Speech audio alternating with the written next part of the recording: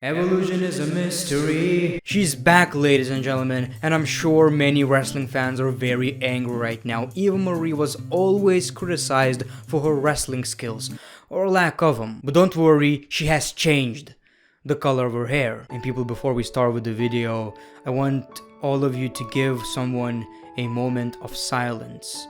I want you to give the moment of silence to Mansoor's, Mansoor, undefeated streak being broken. It's no more. It's over. 49-1 by the hands of Humberto Carrillo by disqualification. Well, it still counts. Oh, Mansoor. Welcome everybody to a brand new episode of Not So Greatness of Raw. How are you guys doing today? Like I told you many times before, Raw is pain in the ass. I thought it was towards the end of an episode. I've only seen half of it.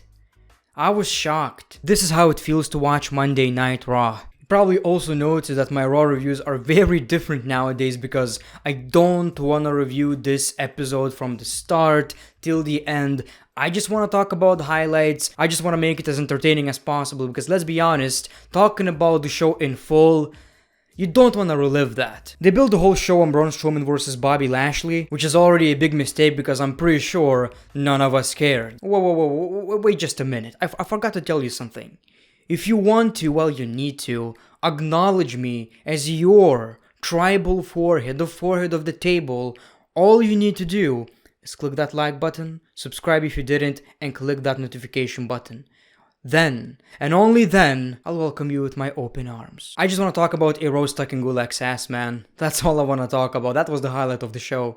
We literally saw a rose being stuck in someone's ass. Is that PG? This should not be PG, right? But I dig it. I honestly do. We finally saw the return of Amos and AJ Styles, and they had an explanation. They were partying. They were partying hard, and apparently WWE actually treat their employees as independent contractors because they could actually take a 3-week break just to party. I mean, they broke the system. Naya, honey, don't you want to party or stuff? Don't you have something to do? You can. I mean, I want to see you on television. Oh, girl, I want to see you on television all the time. Honestly, Naya, I want to. But I mean, if you want to party, I mean, that's okay for like a couple of months. And of course, this turned into a Raw Tag Team Titles match, the rematch from WrestleMania, The New Day versus AJ Styles and Amos, and this time around, Amos actually wrestled a lot more. And you can see his green, like you can honestly see that they're trying hard to make sure everything looks smooth, and his moveset is very, very basic. But I mean, let's give the guy a break. He's very, very tall. It's probably a lot different to wrestle people when you're like 8 foot tall, right? So I didn't have a problem with that. At least the guy is learning, and this guy, like I've said, has unlimited potential as long as he can actually learn to wrestle. So far, so good, I guess. And of course, AJ Styles and Amos retained the Raw Tag Team titles. I don't mind them. I actually believe they're pretty entertaining. The only thing I'm worried about is that I don't see any potential interesting rivalries out of this tag team. At all, honestly. At all. Maybe if Braun Strowman gets a small partner and then we can have this weird match. I don't know. I honestly can't figure what I would love to see. We got Charlotte Flair versus Dana Brooke, in which obviously Charlotte Flair won the match, but of course she has her demands, or I don't know, concerns, I guess. And Sonya Deville for some reason is actually licking Charlotte's ass. I'm not quite sure why, but she gives Charlotte Flair a championship match. It's going to be a triple threat match now. Charlotte versus Asuka versus Rhea Ripley, the champion, of course. The whole promo was horrible. I can't stand Charlotte Flair on the microphone lately. It's really annoying. Maybe that's the point. I mean, maybe she's a good heel and she's doing her job, I guess. I mean, I like her, but lately I just, man, like I've said, she didn't change her character at all, and it's the same crap over and over again. I didn't like any of this, if I'm being honest. I mean, in a way, I'm kind of happy it's going to be a triple threat match. At least the match itself is going to be a lot better now, a lot more entertaining. But man, the pay-per-view when it comes to Monday Night Raw doesn't look good at all. Doesn't look good at all. Obviously, there's some beef right now between Sonya Deville and Adam Pearce because she's doing stuff without asking Adam Pearce, without, cooperating at all. And he's angry, and hopefully WWE will decide to put one on Raw and one on SmackDown as kind of general managers. People are saying the general manager role is outdated. It should not happen in the WWE. Well, it still is. He's a general manager. I mean, he's called different, but he's making the matches, and superstars always ask Adam Pearce for matches. He's the one making decisions. He's a general manager with a different name, so why couldn't you have two, one for Raw, one for SmackDown? We could have the sense of competition. Eva Marie is back, and she's with a car. Yay. I don't have a problem with that. I have no problem with Eva Marie. She was a pretty decent character looking back. The gimmick where she basically didn't want to wrestle, maybe couldn't wrestle, but at the same time didn't want to. That was actually pretty entertaining and probably had a lot of potential. I wonder where Eva Marie would be right now if she wasn't fired or suspended or whatever happened back then.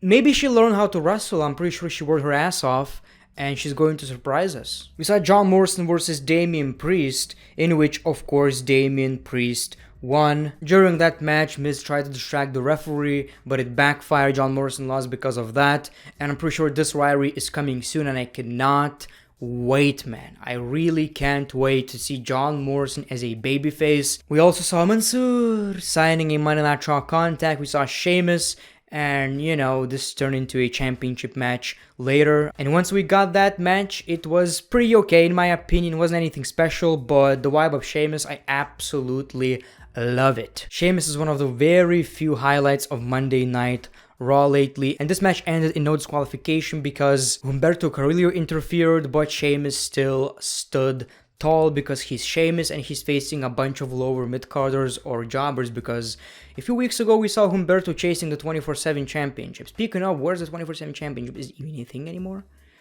a thing anymore? Hopefully not. I don't know. Don't care. But yeah, Sheamus, I actually kind of dig this run. And Mansoor, I think he was undefeated for 49 matches straight. That's crazy. We also saw Cedric Alexander and Shelton Benjamin versus Lucha House Party, which was, a match that you don't necessarily really care about, but because of Shelton Benjamin's mistakes, the Lucha House Party won, and Cedric is angry. You're the reason why we're kicked out of the Hurt Business. You're the weak link, and I wish I actually went with MVP and Bobby Lashley. So he says that this tag team is no more, and Shelton says he's coming for him. Another questionable decision. I mean, this tag team was already doomed when they broke up the Hurt Business, but at least they were doing something on television. I mean, Cedric Alexander, I'm sure he's going to be fine. Shelton Benjamin, I mean, he's in the WWE since like 2017, right?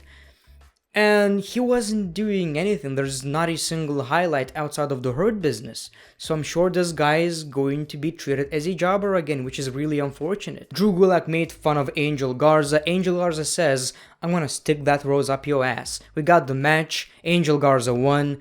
And that's exactly what he did. This should be a gimmick, man. This should be a gimmick. Honestly. It should. Stucking roses up asses. It's kind of badass. Not PG. I don't know how WWE actually went with this. But still. Riddles and Orton segments are always the highlight of the show for me. He says our tag team is undefeated even though they only had one match. He keeps talking and talking and talking. Randy Orton locks his mouth and asks for a key. Just lovely stuff, man. I love this tag team, like I've said.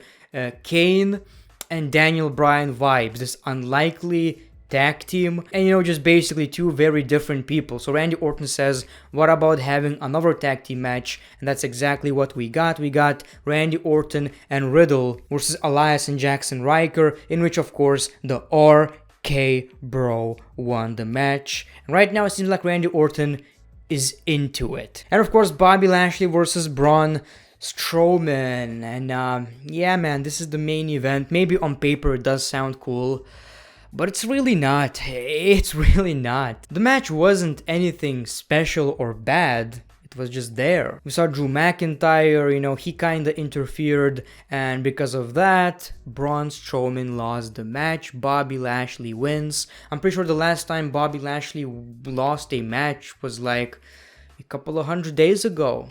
Last time I've checked. Don't remember, but I'm sure it's been a long ass time. Same goes with Roman Reigns.